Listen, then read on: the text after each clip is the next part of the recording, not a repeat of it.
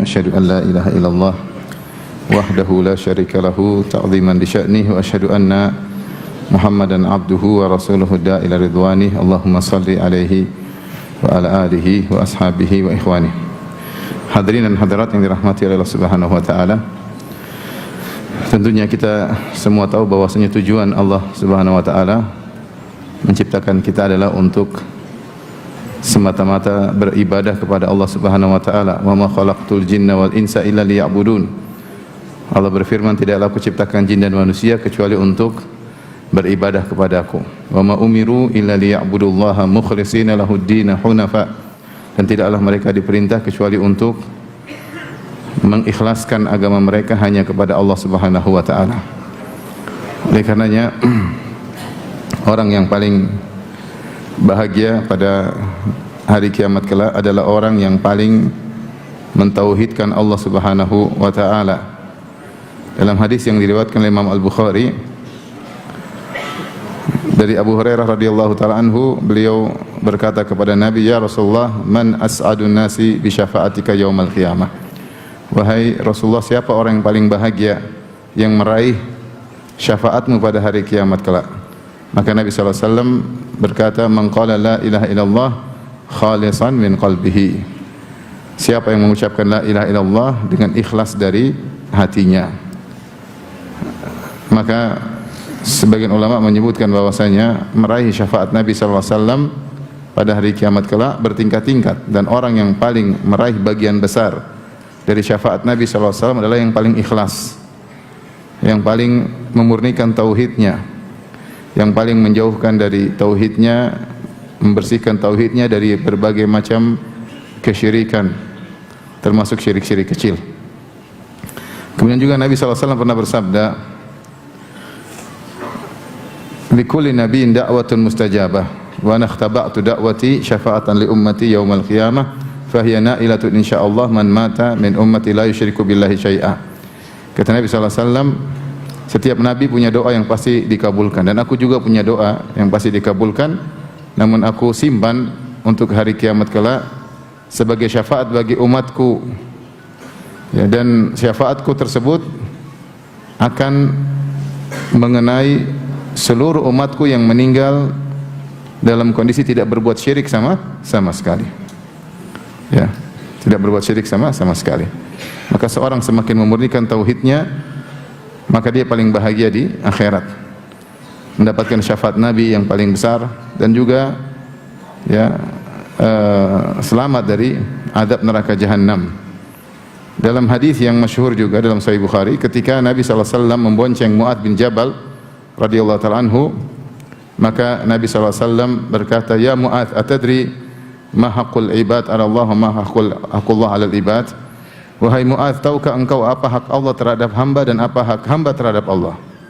Kata Mu'adz bin Jabal radhiyallahu anhu, "Allah wa rasuluhu alam." Allah dan Rasul lebih mengetahui. Maka Nabi sallallahu alaihi wasallam mengatakan, "Haqqullah 'alal ibad, ya, alla yusyriku bihi syai'a, ya'buduhu wa la yusyriku bihi syai'a."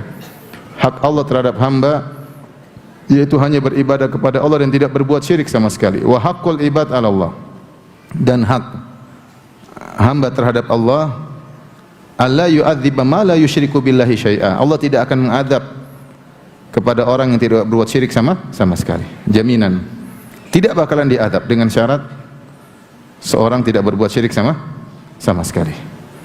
Di antara yang mendukung makna ini adalah hadis Sahibul Bitaqah yang dengan sanad yang hasan, yang di mana Nabi sallallahu alaihi wasallam mengatakan, yusahu bi rajulin min ummati yaumal qiyamah fayunsharu lahu tis'atun wa tis'una sijillan kullu sijillin maddul basar. Kata Nabi sallallahu alaihi wasallam, akan dipanggil seorang laki dari umatku pada hari kiamat kelak, kemudian dibentangkan baginya catatan amalnya 99 gulungan catatan. Setiap gulungan sejauh mata memandang, isinya maksiat, intinya kesalahan. Maka Allah bertanya kepada hambanya tersebut, dan dia sangat ketakutan. Kata Allah Subhanahu wa taala, "Hal zalamaka katabatil hafizun?" Apakah para malaikatku yang bertugas mencatat salah catat? Menzalimimu, ditambah-tambahin dosamu, dikurang-kurangi kebaikanmu? Dia berkata, "Tidak ya Rabb." Kata Allah, "Innaka lan tudzlamal yaum." Kau tidak akan dizalimi pada hari ini. Maka dikeluarkan baginya, ternyata dia punya catatan kartu tulisannya la ilaha illallah. Maka dia berkata, "Ya Rabbi, ma hadhihi al-bitaqah min hadhihi haula'i sijillat?" Ya Allah, apa bandingannya kartu kecil ini dengan gulungan catatan maksiat yang jumlahnya 99? Maka Allah berkata, "Innaka lan tudhlamal yaum." Kau tidak akan didzalim pada hari ini. Ternyata ketika ditimbang lebih berat la ilaha illallah. Ibnu Qayyim menjelaskan setiap orang punya la ilaha illallah dan akan ditimbang pada hari kiamat kelak. Tapi tidak semua la ilaha illallahnya berat. Kapan la ilaha illallah menjadi berat? Ketika bersih dari kesyirikan. Semakin bersih dari kesyirikan, maka semakin berat la ilaha illallahnya. Maka orang yang tidak berbuat syirik sama sekali tidak akan diadab oleh Allah Subhanahu wa taala, sebagaimana tadi kita sebutkan dalam hadis Mu'adz bin Jabal radhiyallahu taala anhu. Allah berfirman, "Alladzina amanu wa lam yalbisu imanahum bidzulmin ulaika lahumul amnu wa hum muhtadun."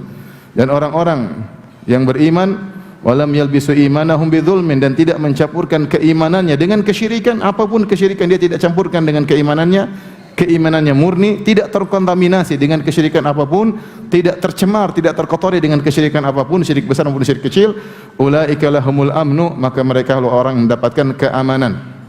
Keamanan dunia, terlebih lagi keamanan Yaumul Fazil Akbar, hari yang sangat menakutkan, itu hari kiamat kelak. Orang yang semakin bertauhid, dia akan semakin merasakan apa? Keamanan. Karenanya inilah seruan para anbiya seluruhnya, menyeru umatnya agar mentauhidkan Allah Subhanahu wa taala semurni-murninya. Kita bersyukur alhamdulillah kaum muslimin rata-rata bertauhid. Namun tauhid mereka bertingkat-tingkat, sebagaimana tadi Ibnu Qayyim rahimahullah menyebutkan. Semua orang punya kalimat la ilaha illallah. Semua orang punya kartu catatan apa? La ilaha illallah. Tapi kualitasnya berbeda-beda. Kualitasnya berbeda. Sebagaimana ibadah-ibadah yang lain bisa berbeda-beda kualitasnya.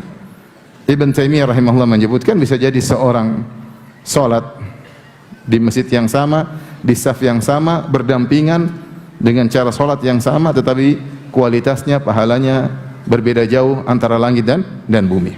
Padahal gerakannya sama, salatnya sama, saf pertama. Demikian juga semua orang boleh mengucapkan la ilaha illallah. Tapi kualitas la ilaha illallah yang satu dengan yang lainnya tentunya berbeda. Nah, agar kualitas la ilaha illallah kita semakin tinggi, mau tidak mau kita harus membersihkannya dari lawannya, yaitu apa? Kesyirikan. Insyaallah kalau kita syirik-syirik besar kita tidak melakukannya, alhamdulillah. Kita tidak percaya sama dukun. Ada yang percaya sama dukun? Zaman sekarang masih percaya sama dukun.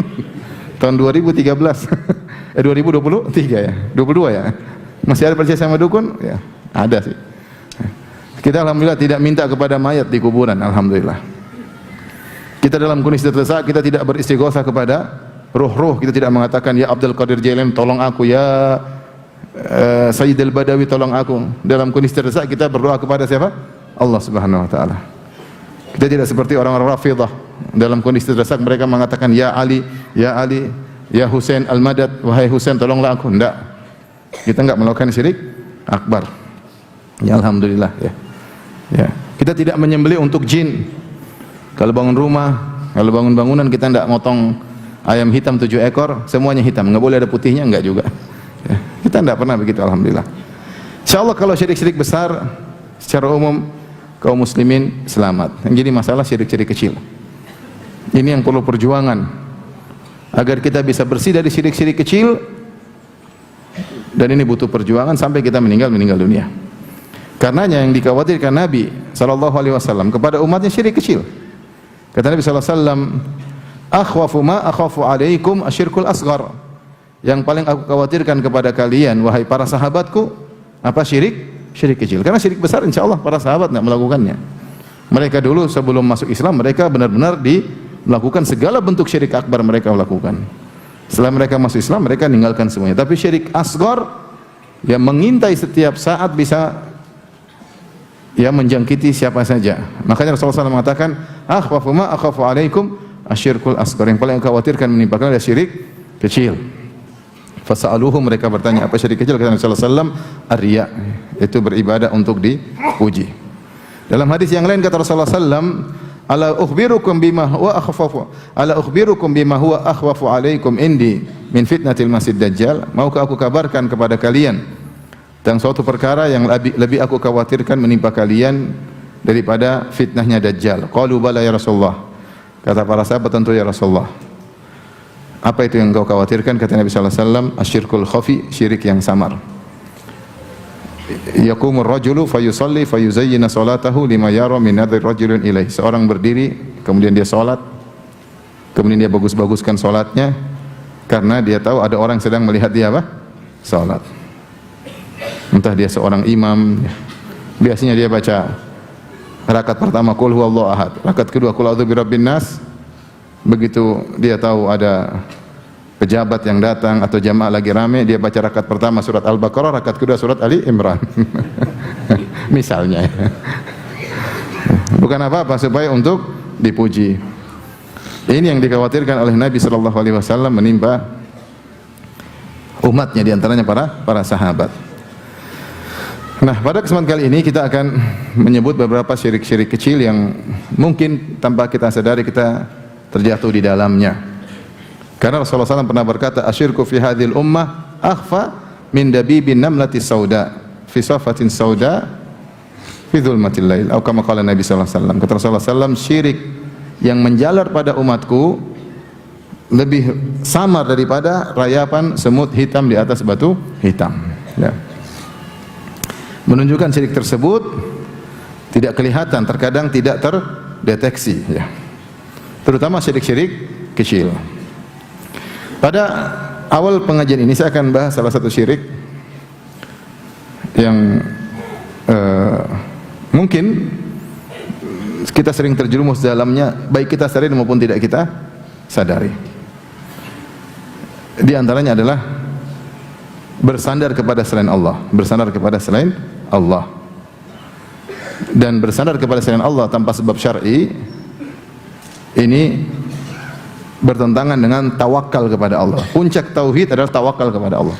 Puncak tauhid adalah tawakal kepada Allah. Pada pertemuan kemarin malam di masjid di Padang, ya, kita sudah jelaskan bahwasanya ciri-ciri orang-orang yang masuk surga tanpa hisab yaitu wa ala rabbihim yatawakkalun. Mereka bertawakal kepada Allah Subhanahu wa taala. Ya.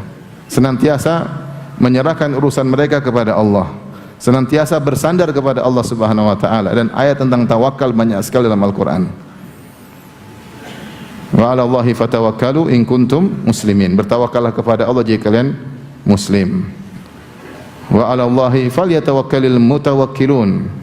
Dan kepada Allah hendaknya orang bertawakal, hendaknya bertawakal kepada Allah, bukan bertawakal kepada selain Allah. Wa 'ala Allahi falyatawakkalul mu'minun. Dan hendaknya orang-orang beriman bertawakal kepada Allah Subhanahu wa taala. Wa may yatawakkal 'ala Allah fa huwa hasbuh. Siapa yang bertawakal kepada Allah, maka Allah cukup baginya. Fa'buduhu wa tawakkal 'alaih.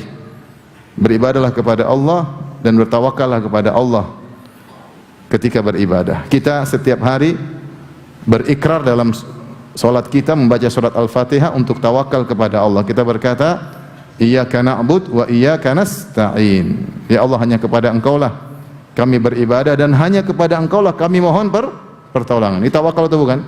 Tawakal. Dan itu yang dipraktikkan oleh Nabi sallallahu alaihi wasallam. Dari bangun tidur sampai mau tidur lagi, tawakal kepada Allah Subhanahu wa taala. Ketika bangun tidur, apa doa Nabi sallallahu alaihi wasallam? Alhamdulilladzi ahyana ba'da amatana wa ilaihin nusyur. Memuji Allah. Allah yang membangkitkan saya kembali. Kalau Allah tidak bangkitkan saya tidak bisa bangkit. Mengakui bahwasanya Allah yang bisa membangkitkan saya. Dalam doa yang lain, alhamdulillahilladzi afani fi jasadi wa radda alayya ruhi wa adina li bi dzikrihi. Segala puji bagi Allah yang telah menyehatkan badanku sehingga saya bisa bangun. Wa radda ilayya ruhi, dan mengembalikan ruhku, wa adina li bi dzikrihi, dan mengizinkan aku untuk bisa berzikir kepada Allah. Sejak bangun tidur Rasulullah SAW sudah bertawakal kepada Allah Subhanahu wa taala. Kemudian dalam kegiatan sehari-harinya Rasulullah SAW senantiasa berdoa. Makanya kumpulan doa Nabi sangat banyak, dan doa itu adalah kalimat tawakal. Kalimat tawakal, karena sebelum kita berbuat, kita menyerahkan urusan kita kepada siapa? Allah. Kita minta tolong kepada Allah. Kalau kita tidak hafal doa, minimal kita bilang apa? Bismillah.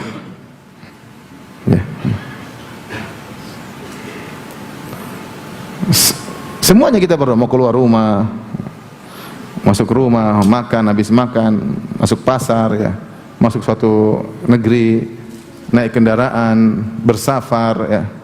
Semuanya kita masuk WC, keluar WC ya. Sampai kita ingin berhubungan dengan istri pun kita berdoa kepada Allah Subhanahu wa taala. Dan Rasulullah SAW senantiasa bersandar kepada Allah. Ya.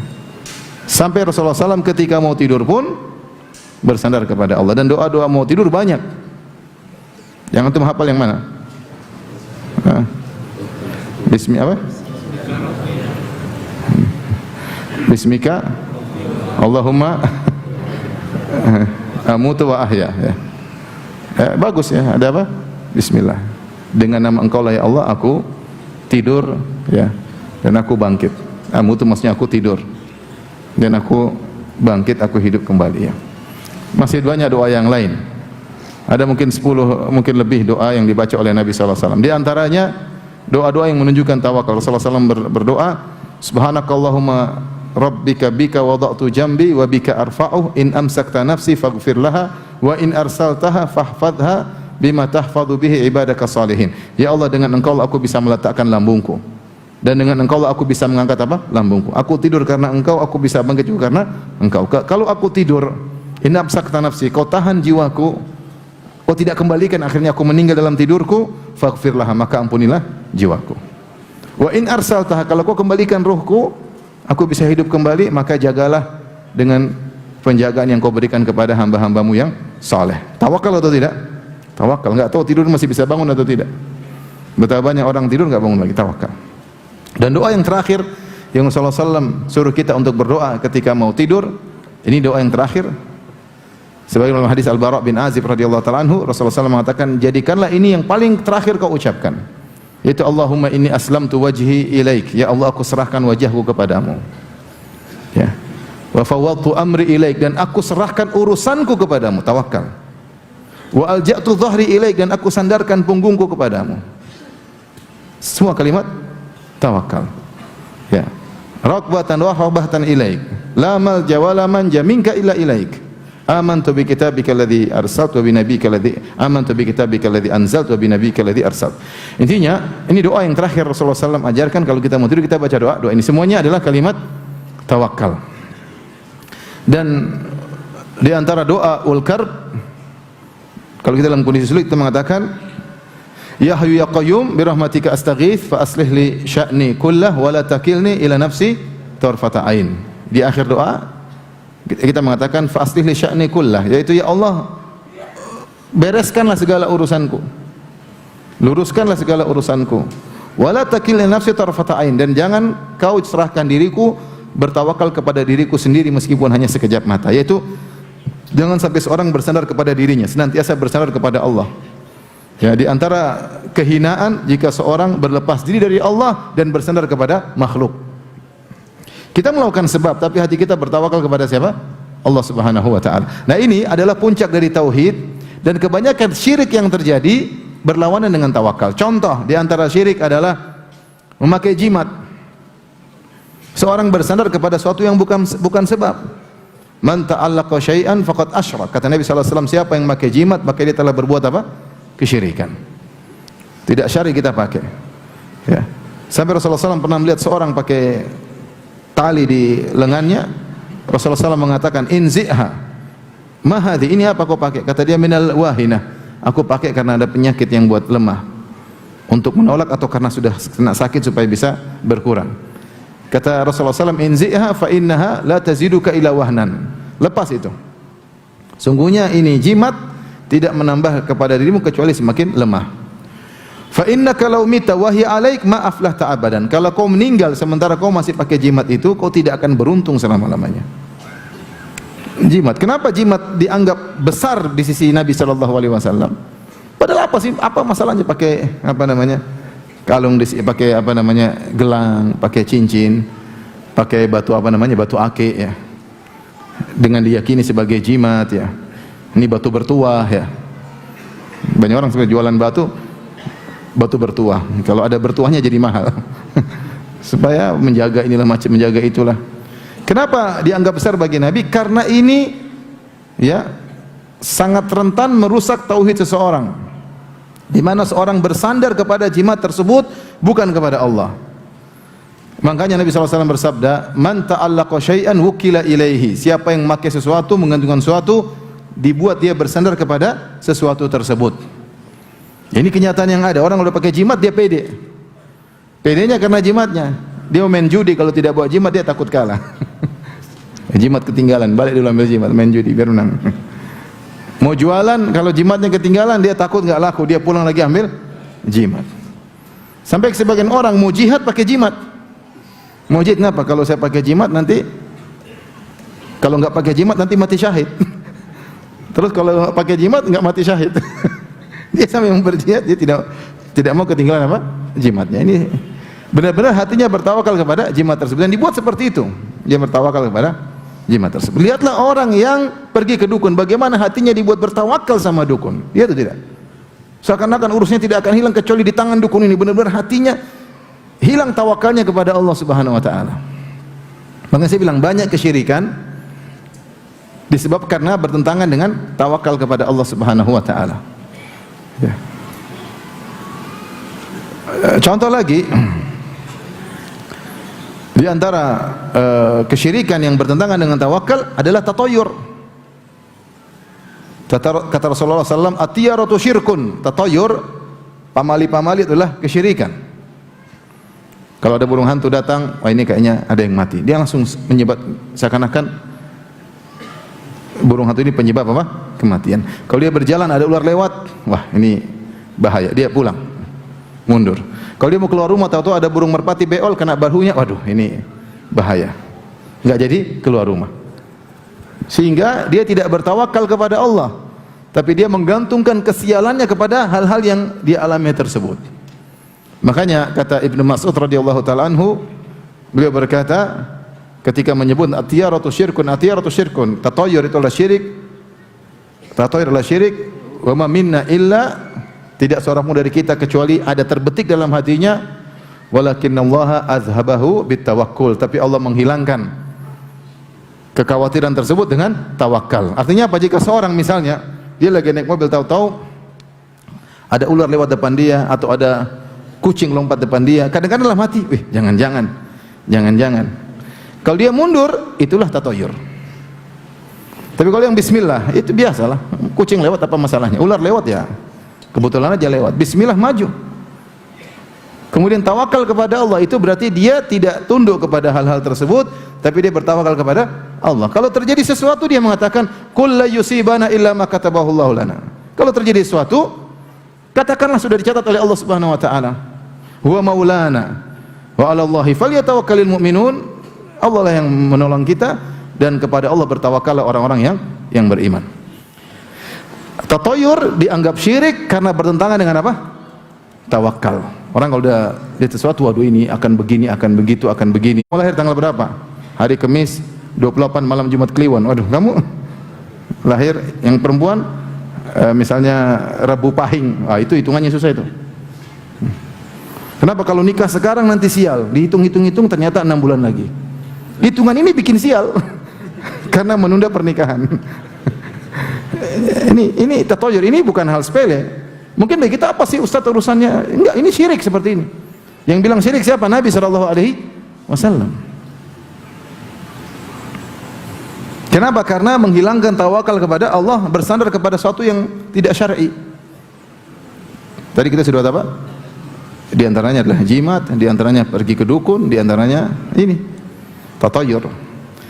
Dan di antara syirik kecil yang bertentangan dengan tawakal adalah ujub. Adalah apa? Ujub. Pede pada diri sendiri. Ini sering saya sampaikan, tapi tidak apa-apa saya ulangi lagi malam ini ya. Bahwasanya apa definisi ujub? Ujub yaitu merasa keberhasilan adalah dengan sebab-sebab kita. Syekhul Islam Ibnu Taimiyah menyebutkan, barang siapa yang mentahqiq mewujudkan iyyaka na'budu wa iyyaka nasta'in, maka dia akan selamat dari riya dan dia selamat dari ujub. Iyyaka na'budu yaitu dia berikrar setiap kali salat hanya kepada Engkau lah ya Allah aku beribadah, aku ngaji, aku bersedekah, aku hajian, aku umrah, aku berbakti sama orang tua karena Engkau ya Allah, bukan untuk disanjung oleh siapapun.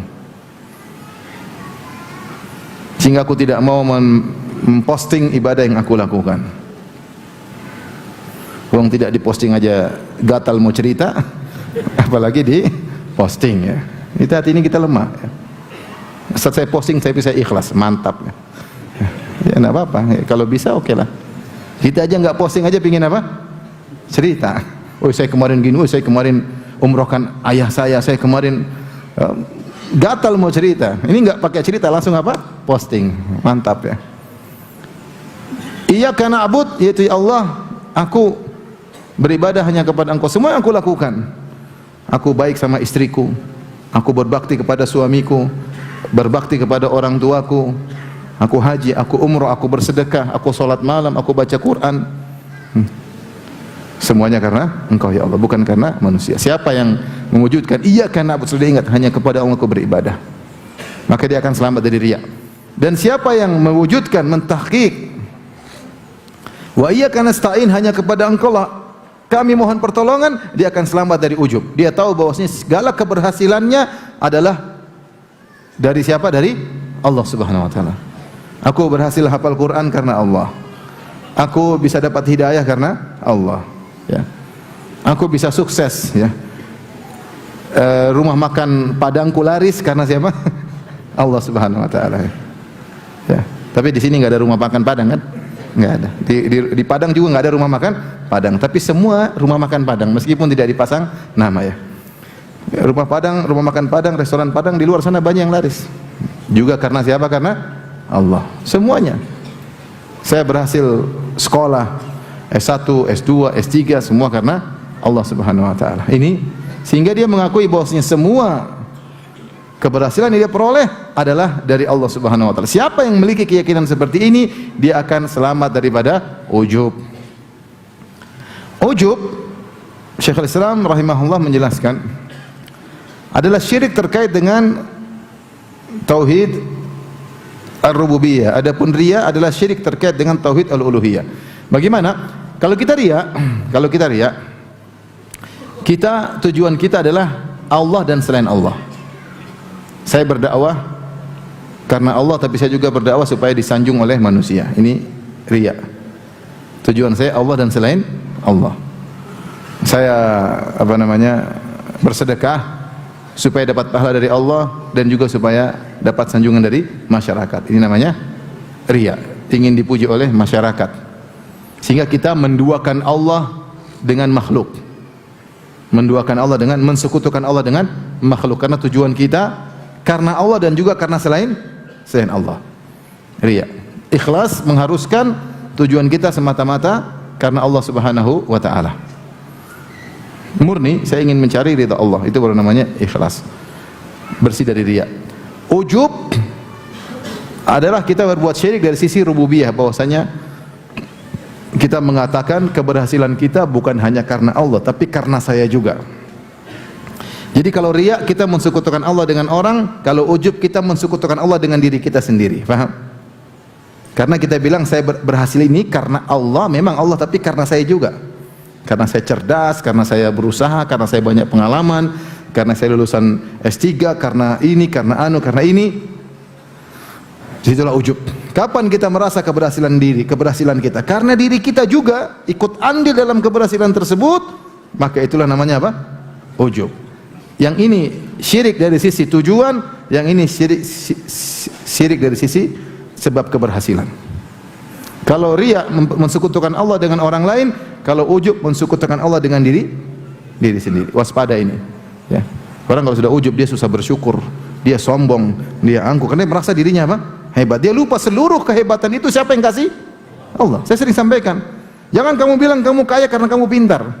Banyak orang yang pintar enggak kaya. Saya punya teman bos, anak buahnya yang dulu ranking-ranking di kelasnya, anak buahnya kerja sama aja. tidak ada yang pintar hebat, tapi tidak semua demikian. Ada orang enggak sekolah, Nggak bisa hitung tapi bos ada. Kalau gitu nggak usah sekolah, Ustaz. Bukan begitu maksudnya. Maksudnya kamu kalau berhasil jangan bilang karena saya. Ya. Jangan bilang saya berhasil karena saya punya pengalaman dari nol sampai saya berhasil. Kita bilang banyak orang punya pengalaman seabrek-abrek tidak berhasil. Kapan kita merasa keberhasilan kita? Karena andil kita, inilah namanya ujub. Kita bilang sebab ada. Alhamdulillah Allah berikan saya kemudahan. Alhamdulillah Allah berikan saya kecerdasan. Alhamdulillah Allah berikan saya sehingga saya bisa berhasil. Bukan bilang dulu saya begini. Itu ini kalimat-kalimat ujub, dan ini adalah syirik kecil. Dan ini sering kita lakukan. Baik kita sadari maupun tidak kita sadari. Allah Maha tahu dengan niat kita. Kapan kita berbicara kepada orang lain menunjukkan berhasil karena saya, itulah apa? Itulah ujub. Itulah ujub. Oleh karenanya kejadian yang luar biasa, Allah ingin beri pelajaran kepada para sahabat agar mereka benar-benar bersandar kepada Allah, jangan bersandar kepada kemampuan mereka. Para sahabat jago-jago, hebat-hebat, soleh-soleh. Mereka pernah gagal di awal peperangan perang Hunain. Sebabnya mereka gagal kenapa? Karena penyakit ujub. Allah sebutkan dalam surat At-Taubah, kata Allah Subhanahu wa taala, "Laqad nasarakumullahu fi mawatin katsirah wa yawma Hunainin id a'jabatkum kathratukum falam tughni ankum syai'an wa dhaqat 'alaykumul ardu bima rahubat thumma wallaytum mudbirin. Thumma anzalallahu sakinatahu 'ala rasulihi wa 'alal mu'minin wa anzala junudan lam tarawha wa 'adzaba alladziina kafaru." Kata Allah Subhanahu wa taala, sungguh kami telah menolong kalian dalam banyak peperangan, perang Badar, perang Uhud, perang Khandaq. Wa yauma Hunainin, ketika perang Hunain, id a'jabatkum kathratukum, kalian bangga ujub dengan jumlah kalian yang banyak. Falam tughni ankum syai'a, ternyata jumlah yang banyak tersebut tidak memberikan faedah sama sekali kepada kalian. Wa dhaqat 'alaikumul ardu bima rahubat, kalian merasa bumi yang luas terasa sempit bagi kalian. Tsumma wallaitum mudbirin, kemudian kalian kabur. Buktinya kalian kabur. Tsumma anzalallahu sakinatahu, kemudian Allah berikan ketenangan kepada Nabi. Kisah perang Hunain sederhana. Nabi sallallahu alaihi wasallam ketika menaklukkan kota Mekah, Rasulullah SAW membawa 10.000 pasukan. Dan Rasulullah SAW masuk kota Mekah dengan penuh tawadhu. Bahkan dalam sebagian riwayat disebutkan Nabi menundukkan kepalanya sampai-sampai jenggotnya mengenai pelananya. Saking bukan masuk kota Mekah dengan gagah, dengan bangga gini, enggak. Tidak mengatakan, Quraisy, 8 tahun yang lalu kalian usir-usir saya. Sekarang siapa yang tukang usir-usir? Sini. Enggak. Rasulullah SAW diusir dari kota Mekah 8 tahun yang lalu, sehingga beliau harus berhijrah. Terpaksa berhijrah. Sahabat harus berhijrah. 8 tahun kemudian Rasulullah SAW menyerang kota Mekah dengan bawa 10.000 pasukan. Orang Quraisy ketakutan. Saatnya Rasulullah SAW kalau mau sombong, saatnya sombong. Kalau mau gagah-gagahan, saatnya gagah-gagahan. Kalau saatnya mau ujub, silakan ujub saat itu. Tapi Rasulullah SAW tidak demikian. Justru Rasulullah SAW kemudian masuk kota Mekah dengan pasukan yang banyak. Kalau dia mau menumpahkan darah, semua akan ditumpahkan darahnya. Quraisy lagi ketakutan, kocar-kacir lari. Tapi Rasulullah SAW masuk dengan penuh tawadhu, bahkan tunduk sampai jenggotnya hampir mengenai pelana beliau, sambil beliau baca firman Allah, "Inna fatahna laka fathan mubina." Sungguhnya kami memberikan kepada engkau wahai Rasulullah kemenangan yang nyata. Rasulullah ingin ingatkan bahwasanya kemenangan ini dari siapa? Dari Allah, bukan dari dirinya. Allah yang buat beliau menang. Setelah itu ada orang-orang yang baru masuk Islam, disebut muslimatu Makkah, yang baru masuk Islam sekitar 2.000. Jadilah 10.000 tambah berapa? 2.000 jadi berapa? 12.000. Setelah itu Rasulullah SAW mendengar kabilah Hawazin di Hunain ingin menyerang, dipimpin oleh seorang namanya Malik bin Auf An-Nasri dari kabilah Nasr. Dia kumpulkan 20.000 orang untuk menyerang kaum muslimin. Maka Rasulullah SAW menyambut, mendengar berita tersebut, Rasulullah SAW kumpulkan 12.000 orang menuju ke Hunain. Berangkatlah Nabi SAW dan para sahabat. Di tengah-tengah perjalanan Rasulullah SAW berucap-ucap sampai sahabat berkata, Rasulullah, apa yang anda ucapkan? Kata Rasulullah SAW, aku berucap, Allahumma bika uhawil wa bika asul wa bika uqatil. Ya Allah, dengan engkaulah aku bisa melakukan taktik dalam peperangan. Ya Allah, karena engkaulah aku bisa menguasai musuh, karena engkau lah aku bisa berperang. Subhanallah. Rasulullah SAW menyandarkan semua kemampuannya kepada siapa? Allah. Karena engkau.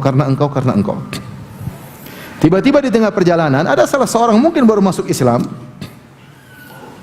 atau namanya orang hati bisa lupa, ya. Tidak disebutkan siapa yang mengucapkan kata-kata ini, ada khilaf. Namun tidak ada dalil yang sahih yang menyebutkan siapa orangnya. Ada salah seorang dari sahabat, entah yang sudah lama masuk Islam atau baru masuk Islam, terucap dari kata-katanya dengan berkata, lan nuglabal yauma min qillah. Kita tidak bakalan kalah hari ini. Kita tidak bakalan kalah karena sedikitnya pasukan, karena pasukan kita lagi banyak-banyaknya. Perang Badar kita 300 bisa ngalahkan apa? 1000. Ya. Perang Uhud kita cuma 700, 3000 pasukan tidak bisa mengalahkan kita. Memang ada yang meninggal tapi tidak bisa mengalahkan kaum muslimin. 700 lawan 3000. Perang Khandaq kita 3000, musuh 10.000 tidak bisa mengalahkan kita. Nah sekarang kita 12.000. Kita enggak bakalan apa? Kalah.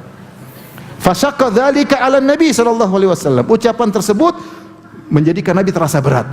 Ini ucapan bahaya karena ini ucapan bertentangan dengan tawakal, ucapan bertentangan apa? Tauhid. Dan apa yang dikhawatirkan Nabi SAW ternyata terjadi.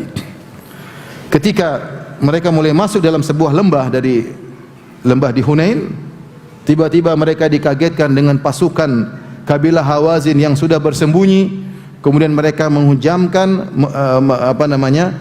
melempar anak panah, hujan anak panah. Semua jago panah, memanah kaum muslimin. Kaum muslimin ketika itu mereka bingung, mereka kabur. Kata Allah, "Tsumma wallaitu mudbirin." Kemudian kalian kabur semuanya. Tidak tersisa bersama Nabi kecuali cuma 12 orang. Berapa orang? Dari 12.000 tinggal berapa? 12. Jadi 1000 perwakilan cuma satu yang sisa. Siapa yang sisa? Abu Bakar radhiyallahu anhu, Umar radhiyallahu anhu, Ali bin Abi Thalib, Al-Abbas bin Abdul Muttalib, Abu Sufyan bin Harith, bukan Abu Sufyan bin Harb, Abu Sufyan bin Harith, sepupunya Nabi sallallahu alaihi wasallam, dan ada sekitar 12 orang. Disebutkan nama-namanya oleh Ibnu Ishaq. Sedikit. Yang lainnya kabur. Subhanallah. Maka Rasulullah SAW ketika melihat para sahabat kabur, Rasulullah SAW tidak kabur sama sekali. Dia menunjukkan bagaimana tawakalnya kepada Allah luar biasa. Rasulullah SAW tidak sedang naik kuda, tapi dia naik begal. Begal adalah hasil persilangan antara kuda dengan himar. Tingginya tidak setinggi kuda dan tidak sependek himar, keledai. Dan begal tidak mudah untuk akselerasinya rendah, tidak mudah ke depan ke belakang, lambat begal. Beda dengan kuda bisa berputar ke kanan ke kiri, bisa cepat, bisa kabur, bisa kembali. Begal nggak bisa. Tapi Rasulullah SAW maju dengan begalnya, kemudian dia berteriak di hadapan semua orang. Dia mengatakan, "Ana nabiyyu la kadzib, ana ibnu Abdul Muttalib." Aku nabi, aku tidak berdusta dan aku adalah cucu Abdul Muttalib. Padahal kalau dalam kondisi demikian orang harusnya takut supaya bersembunyi, tapi Nabi malah menunjukkan, "Saya Muhammad." Biar orang musuh semua dengar, silakan panah saya. Gambaran seperti itu. Nabi benar-benar apa? Tawakal. Ini menunjukkan bagaimana tawakal Nabi yang luar biasa. Nabi tidak mundur sama sekali. Orang pada kabur dia maju. Itulah Rasulullah sallallahu alaihi wasallam. Setelah Nabi maju, sahabat juga sebagian maju. Kemudian Rasulullah SAW mengatakan, "Ya Abbas, nadi ashabas samurah." Panggillah orang-orang yang pernah membayatku di bawah pohon Ridwan. Maka Abbas berteriak, "Ya ashabas syajarah."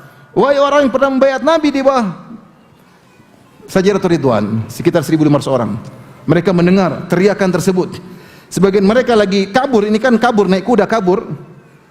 Kudanya dibalik nggak mau, kuda terlanjur kabur.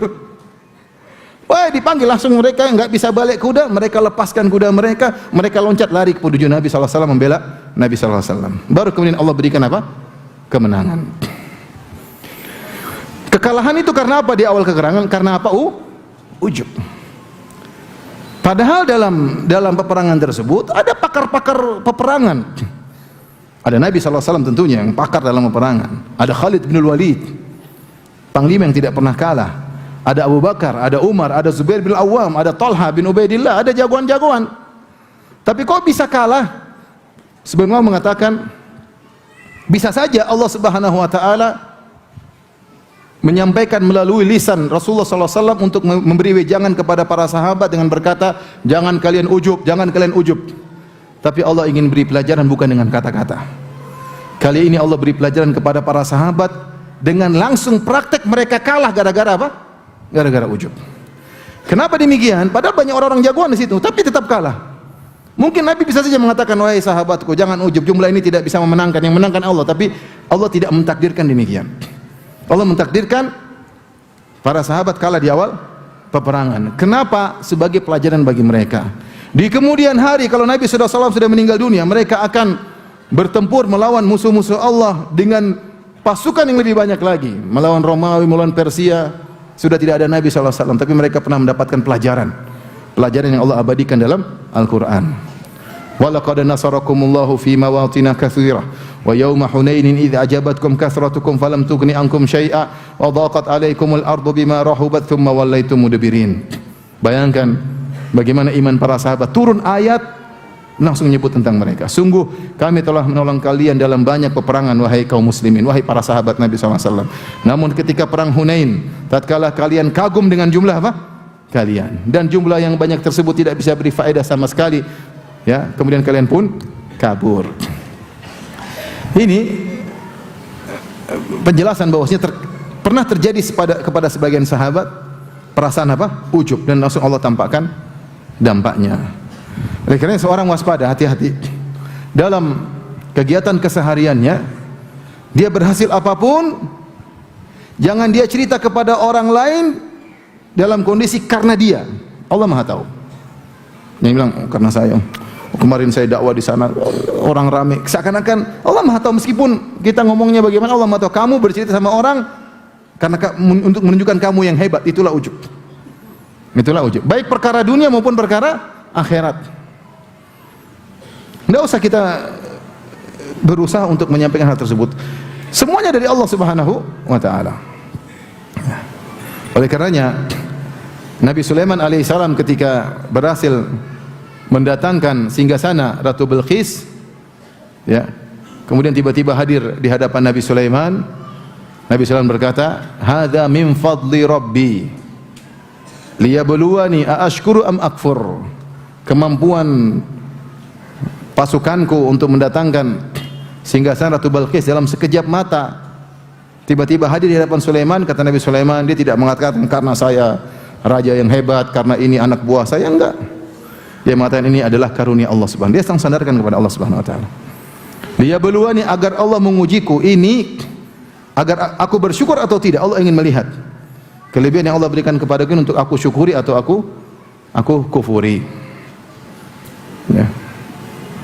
Ketika Nabi Sulaiman alaihissalam melihat semut, mendengar semut berbicara, padahal semut tersebut jauh, yang Allah abadikan dalam surat An-Naml, ya,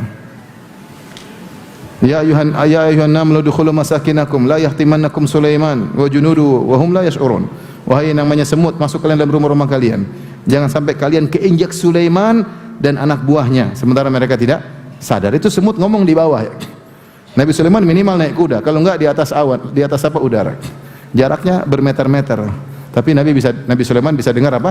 Semut lagi bicara. Terus semut tersebut kenal Sulaiman. Hati-hati, ada Sulaiman mau lewat. Masya Allah. Azan kah? 3 menit lagi. Semut kenal siapa? Sulaiman. Dia tahu bahwasanya pasukan ini pasukan Sulaiman. Jadi ini adalah suatu kebanggaan yang luar biasa. Ketika mendengar itu semua, Rasulullah SAW, Nabi Sulaiman, kata Allah, fatabassama dhahikan min qawliha. Nabi Sulaiman tersenyum. Qala rabbi auzi'ni an ashkura ni'mataka allati an'amta alayya. Ya Allah, ilhamkanlah kepadaku untuk bisa mensyukuri nikmat yang kau berikan kepadaku. Subhanallah. Begitu lihat apa namanya? Nikmat, langsung ingat kepada siapa? Allah. Bukan ujub, malah semakin tunduk. Malah semakin tahu ini ada kewajiban yang harus dia lakukan, yaitu mensyukuri nikmat tersebut. Bukan malah lupa diri, bukan malah menyandarkan keberhasilan dia kepada dirinya sendiri. Maka seorang berhasil apapun, hati-hati jangan sampai dia ujub, menyandarkan kesalahan, menyandarkan keberhasilan kepada dirinya, ya. Allah sebutkan juga kisah tentang orang ujub dalam surat Al-Kahfi. Wa dakhala jannatahu wa zalimun li nafsi. Qala ma adhunnu an tabida hadhi abada. Ya, dia bangga dia. Dia mengatakan aku lebih banyak, hartaku lebih banyak, kebunku daripada jadi engkau. Dia bangga dengan kebunnya. Maka dinasihati oleh temannya, hendaknya jangan kufur kepada Allah, ya. Walaula idz dakhalta jannataka qulta ma sya'allahu la quwwata illa billah. Seandainya ketika kau masuk di kebunmu yang penuh dengan kemewahan, keindahan, kau ucapkan masya Allah la quwwata illa billah. Ini semua karena siapa? Allah. Tapi dia lupa, dia malah bangga. Ini kadang-kadang kita begitu ya. Keberhasilan rumah saya, siapa? Ini mobil baru, siap. Makanya jadi pedagang yang benar. Lupa diri.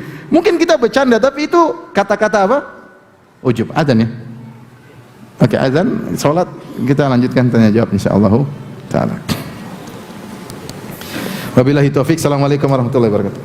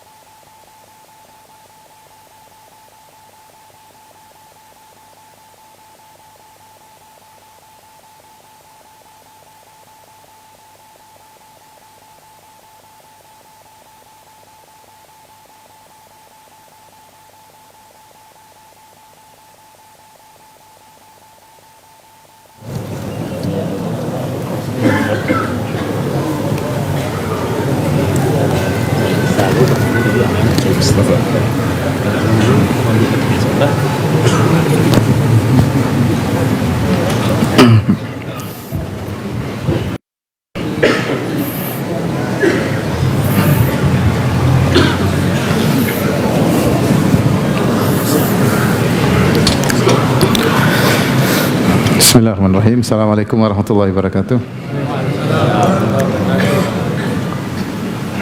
Alhamdulillah, salatu wassalamu ala Rasulillah wa ala alihi wa sahbihi wa ala. Ikhwan dan akhwat, bapak dan ibu yang dirahmati Allah Subhanahu wa taala. Tadi telah kita sampaikan tentang salah satu kesyirikan yang sering kita lakukan tanpa kita sadari, di antaranya adalah ujub Makanya kita harus waspada, dan kewaspadaan tersebut sampai Allah Subhanahu wa taala mencabut nyawa kita. Oleh karenanya disebutkan dalam biografi Al-Imam Ahmad rahimahullahu taala, disampaikan oleh anaknya ketika Al-Imam Ahmad akan meninggal dunia, dia berkata ba'du belum. Maka anaknya heran menjelang wafatnya kok ayahnya berkata ba'du belum. Maka ketika ayahnya sadar, anaknya bertanya, wahai ayahanda, kenapa engkau tadi mengucapkan ba'du?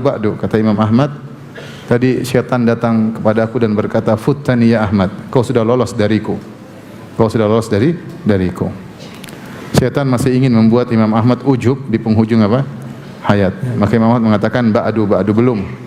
Sebelum aku meninggal, aku masih belum lolos dari godaan syaitan. Maksud saya menyampaikan asar ini atau kisah ini menunjukkan bahwasanya kita berjuang untuk melawan riya, melawan ujub, melawan syirik-syirik, dan itu adalah perjuangan seumur hidup.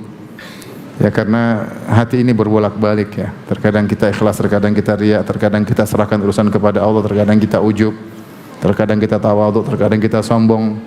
Seorang berusaha terus membersihkan hatinya sampai cabut nyawanya oleh Allah Subhanahu wa taala. Di penghujung kajian kita ini, saya ingatkan tentang dua doa. Yang pertama diajarkan oleh Nabi sallallahu alaihi wasallam agar kita bisa selamat dari ini semua. Yang kedua diriwayatkan dari Umar bin Khattab radhiyallahu taala anhu. Doa yang pertama, doa yang masyhur, Allahumma inni a'udzubika an usyrika bika syai'an wa ana a'lamuhu wa astaghfiruka lima la a'lamu. Sudah hafal? Belum. Allahumma inni a'udzubika an usyrika bika syai'an wa ana a'lamuhu wa astaghfiruka lima la a'lamuhu. Yang artinya, ya Allah, aku berlindung kepada Engkau dari melakukan kesyirikan sedikit pun sementara aku sadari, dan aku mohon ampun kepada Engkau dari kesyirikan yang tidak aku sadari. InsyaAllah kalau orang baca doa ini sering dia ucapkan, dia insyaAllah selalu memperhatikan gerak-gerik hatinya. InsyaAllah dia akan bisa selamat dari riya, bisa selamat dari ujub dan syirik apapun. Doa yang pertama, wasiat Nabi kepada para sahabat agar mereka bisa selamat dari namanya syirik. Yang kedua, doa yang diriwayatkan dari Umar bin Khattab radhiyallahu anhu, beliau berdoa, Allahumma ja'al amali kullahu salihan. Ya Allah, jadikanlah amalanku seluruhnya saleh. Waj'alhu liwajhika khalisan, dan jadikanlah seluruh amalanku murni untuk meraih wajahmu. Wala taj'al li ahadin fihi syai'a, dan jangan kau jadikan dalam amalanku terkait dengan seorang pun, yaitu jangan aku mensekutukan Allah dengan seorang pun dalam seluruh amalanku. Ini doanya Umar bin Khattab radhiyallahu anhu. Coba diulang. Allahumma ja'al amali kullahu salihan. Yang artinya Allahumma ja'al amali kullahu salihan. Ya Allah, jadikan seluruh amalku amal yang saleh, bersih, tidak tercampur dengan bid'ah, tidak tercampur dengan riya, syirik. Waj'alhu liwajhika khalisan, jadikanlah amalan-amalan tersebut karena mengharap wajahmu. Wala taj'al li ahadin fihi syai'an, dan jangan kau jadikan amalanku ini untuk seorang pun selain Engkau, ya Allah. Tapi demikian saja yang saya sampaikan.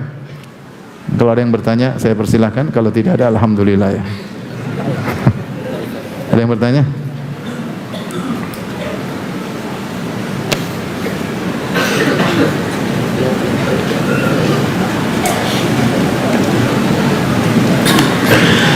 Ustaz, yang ana hormati, ada teman ana mengatakan minta doa kepada orang soleh untuk berobat lebih cepat dikabulkan. Doa tersebut dibandingkan kalau kita berdoa sendiri.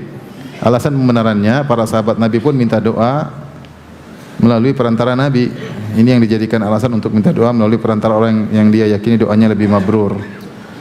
Doa boleh, di antara tawassul yang diperbolehkan ada 3. Pertama, tawassul dengan amal soleh, sebagaimana tentang kisah 3 orang yang terjebak dalam goa, berasal dengan amal soleh sendiri. Demikian dalam Al-Quran, Rabbana innana sami'na munadiyan yunadi bil imani an aminu bi rabbikum fa amanna Rabbana faghfir lana dhunubana. Di antara perkataan orang penghuni surga dulu mereka berkata, ya Rabb kami, sungguhnya kami mendengar penyeru yang menyuruh kepada kami untuk beriman kepada Rabbmu, fa amanna, kami pun beriman. Oleh karena ya Allah ampunilah dosa-dosa kami. Dia bertawassul dengan imannya. Saya beriman ya Allah, maka ampunilah apa? Dosaku. Ini contoh bertawassul dengan amal soleh apa? Sendiri. Contoh lagi seperti kisah 3 orang terjebak dalam goa. Kemudian satunya mereka berkata, kita tidak bakalan selamat sampai kita berdoa kepada Allah dengan amal soleh kita. Maka yang satu bertawassul dengan baktinya kepada ibunya dan kepada kedua orang tuanya, maka pintu goa bergeser sedikit, ada celah namun belum bisa keluar. Yang satu bertawassul dengan amanahnya, di mana dia mengelola uang seseorang kemudian menjadi banyak, dia kembalikan, maka pintu gua bergeser namun belum bisa keluar. Dan yang satunya lagi bertawassul dengan takutnya kepada Allah ketika seorang wanita menyerahkan, yang sangat cantik jelita, yang sangat dia cintai, sudah menyerahkan keperawanannya kepada dia, namun ketika dia ingin gauli, tiba-tiba wanita tersebut berkata, ittaqillah, bertakwalah kepada Allah, maka dia pun meninggalkannya karena Allah, maka akhirnya pintu gua terbuka. Ini kisah 3 orang yang mereka bertawassul dengan amal soleh sendiri, ya. Boleh, ini diperbolehkan. Ya. Yang kedua adalah bertawassul dengan asmaullah al-husna dan sifat-sifatnya yang mulia. Walillahil asmaul husna fad'uuhu biha. Ya, Allah memiliki nama-nama yang terindah, maka berdoalah dengan nama-nama tersebut. Kita berusaha berdoa. Kalau kita berdoa, ya Razzaq urzuqni, ya Qawi, ya Hafidh ihfadni, wahai yang Maha Penjaga jagalah diriku, misalnya banyak. Ya Rahim, ya Ghaffar ighfirli, irhamni. Kita bertawassul dengan nama-nama Allah Subhanahu wa taala, dengan sifat-sifatnya bisa, atau dengan perbuatan Allah seperti kata Nabi, ya Mujriyas Sahab, ya Hazimal Ahzab, ya Munzilal Kitab, ihzimhum, ya Allah yang menjalankan awan, yang menurunkan Alkitab, ya, hancurkanlah mereka. Ini boleh bertawassul dengan nama-nama Allah. Kemudian yang ketiga, bertawassul dengan doa orang soleh, ya. Sebagaimana para sahabat minta doa kepada Nabi sallallahu alaihi wasallam. Demikian Nabi mengatakan kepada Umar bin Khattab tentang Uwais Al-Qarani, yang Nabi mentazkiyah Uwais Al-Qarani, kata Rasulullah SAW, jika kau mampu untuk minta agar dia mendoakan ampunanmu buatmu, maka lakukanlah. Akhirnya Umar mencari-cari Uwais, dan Umar menyuruh minta Uwais agar mendoakan ampunan buat Umar bin Khattab radhiyallahu anhu. Dalil bahwasanya minta agar orang soleh mendoakan ini dibolehkan, ya, dibolehkan. Tetapi tetap seorang berdoa juga kepada Allah Subhanahu wa taala. Ya, orang soleh ini berdoa, ini pelengkap, ya. Yang paling utama kita berdoa sendiri kepada Allah, terutama orang yang sedang dalam penderitaan. Makanya Allah mengatakan, amma yujibul mutarra idza da'ah. Dan siapakah yang, ataukah Allah yang mengabulkan doa yang dalam kondisi darurat, dalam kondisi apa? Genting. Kita yang sakit, kita yang menderita, kita yang menangis minta kepada Allah Subhanahu wa taala. Tidak ada masalah kita telepon kawan yang kita, menurut kita dia orang soleh, ya, kita minta doa. Dan orang yang kalau dimintai doa, dia berbuat baik kepada saudaranya, bilang, saya akan doakan, ya, insyaallah. Kamu juga harus berdoa sendiri. Diriwayatkan sebagian salaf ketika dimintain doa, terus dia berkata, nah lasna anbiya, kami bukan para nabi, diminta-mintain doa tersebut. Artinya kalau orang berlebihan, kita bilang, enggak, kamu doa sendirilah. Jadi kalau sesekali ada yang minta doa, ya, kita doakan, baik, sebagai bentuk berbuat baik kepada teman. Makanya sebagian waktu saya kemarin ibadah haji, banyak jamaah yang, Ustaz ini ada teman-teman minta doa, saya bilang doakan aja. Sampai ada daftar, ini minta doa, ini minta doa, ini minta doa. Nah, apa, doain aja. Nah, kalau kamu berdoakan, malaikat mengatakan walaka bimithil, kau juga mendapatkan seperti yang dia minta. Makanya di antara trik agar doa kita mudah dikabulkan, kita doain orang lain. Kalau ingin utang kita lunasi, berdoa agar utang dia juga dilunasi. Apalagi kalau kepingin apa? Enggak, saya enggak bilang begitu ya. Doain orang agar kita juga dikabulkan. Jadi tidak jadi masalah. Tapi jangan kita suruh orang berdoa kemudian kita enggak berdoa, enggak. Kita sendiri yang paling mudah dikabulkan adalah yang dalam kondisi apa? Darurat. Doanya orang yang mutar mudah dikabulkan. Orang yang dalam kondisi darurat mudah dikabulkan. Wallahu a'lam bishawab.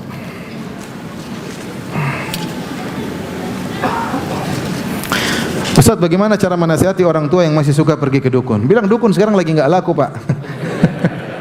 Enggak laku. Enggak laku. Sudah dinasihati tapi malah balik marah. Itulah orang kalau udah ke dukun, hatinya terikat kepada apa? Dukun. Itu saya bilang bahaya syirik seperti itu. Seorang dibuat bertawakal kepada hal tersebut.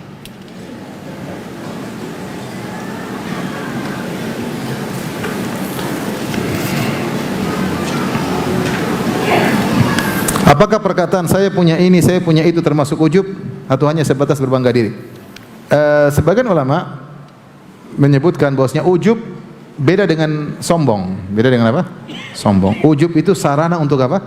Sombong. Orang yang ujub belum tentu apa? Sombong. Tapi lama-lama dia menjadi sombong. Pertama berawal dari dia merasa dirinya berhasil karena kehebatannya. Akhirnya karena keseringan dia merasa orang lain tidak seperti dia. Akhirnya dia merasa sombong. Sombong lebih parah kalau sombong ya. Ya, sombong tempatnya di neraka jahanam.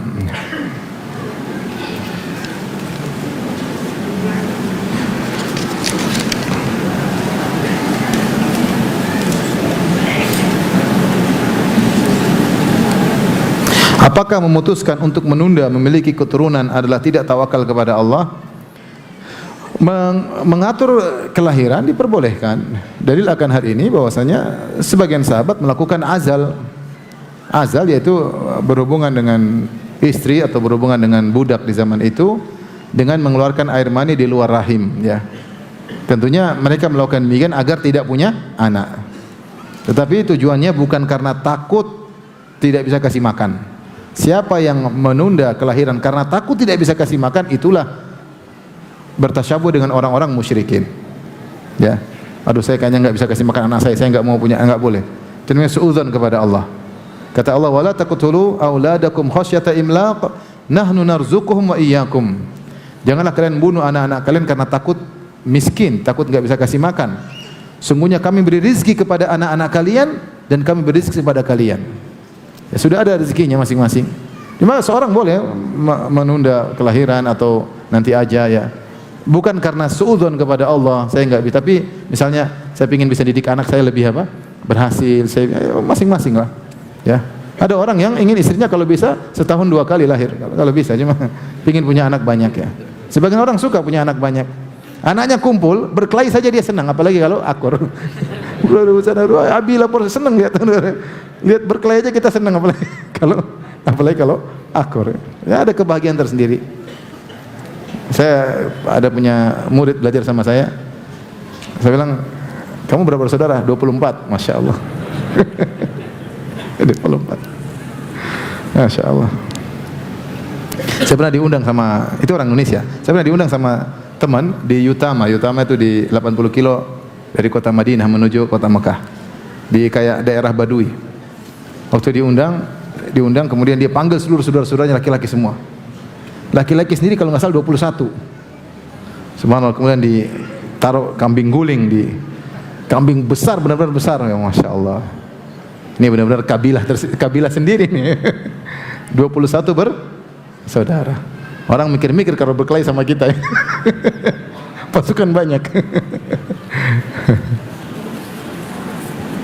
Ada yang tidak pingin anak banyak, pingin ya satu dia selesaikan, satu lagi ya bebas-bebas saja, tidak ada harus wajib punya anak banyak, enggak ya. Yang tidak boleh takut punya anak karena takut tidak bisa kasih makan, itu enggak boleh.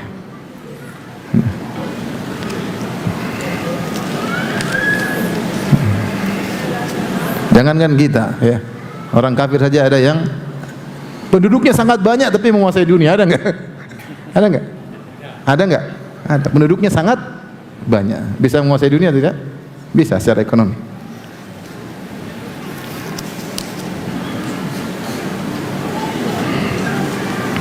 Mohon penjelasan tentang kapan seorang dapat udzur bil jahal. Ulama sepakat bahwasanya orang yang baru masuk Islam kemudian terjerumus dalam kesyirikan karena ketidaktahuan diberi udzur. Ini yang pertama. Yang kedua, orang yang tinggal di balad na'i, di tempat yang jauh yang tidak sampai ilmu kepadanya, mungkin tinggal di sekitar orang kafir, kalau melakukan kesyirikan pun maka diberi udzur. Ini disebutkan oleh Syekhul Islam Ibnu Taimiyah rahimahullah, ini disebutkan oleh banyak ulama. Tidak ada ulama yang menyelisih akan hal ini. Selain dari dua kondisi ini, maka dilihat apakah benar-benar udzur tidak bisa diterapkan pada orang tersebut. Contoh zaman sekarang, udzur agak susah. Kenapa susah? Karena sarana komunikasi banyak. Pengajian tauhid di mana-mana. Tapi kalau kita bicara 50 tahun lalu, orang tua kita, dia KTP-nya Islam tapi mungkin masih percaya-percaya sama orang pintar, dia enggak tahu. Dia pikir orang pintar ini ustadz, benar enggak? Uskun kan, ustadz dukun. Zaman dulu banyak. Dia enggak ngerti, ya. Dia datang ke kiai, Pak Kiai, ini saya bangun rumah, gimana? Oh, caranya kamu ambil ayam hitam 3, semuanya hitam, ya. Kecuali giginya putih, semuanya hitam. Terus sembeli, dan saya lihat sendiri, tuangkan darahnya saya tidak ada pikiran sekali itu syirik, enggak ada sama sekali. Nah, gimana orang ini mengatakan Allah Maha Adil, wa ma kunna mu'adzibina hatta nab'atha rasulah. Kami tidak akan mengazab sampai datang rasul atau yang menyampaikan ajaran Rasulullah SAW. Tapi kalau udzur bil jahl zaman sekarang agak susah. Karena di antara kekufuran adalah kufur i'rad. I'rad adalah dia berpaling, dia tidak mau dengar sama sekali. Ini juga meskipun dia jahil tidak diterima udzurnya. Kenapa? Karena dia berpaling. Seperti orang mau dapat SIM, saya nggak mau belajar. Saya nggak mau tahu. Nanti pokoknya kalau polisi tangkap bilang saya nggak tahu.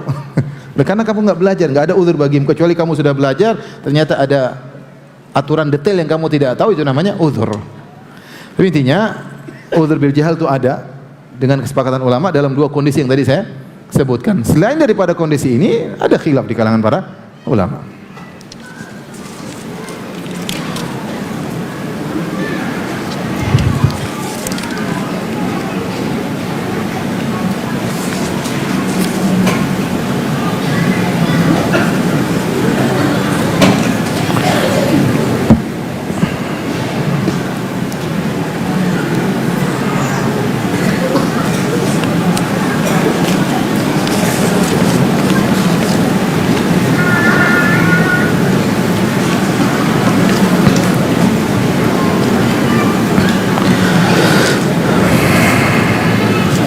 Demikian saja kajian kita.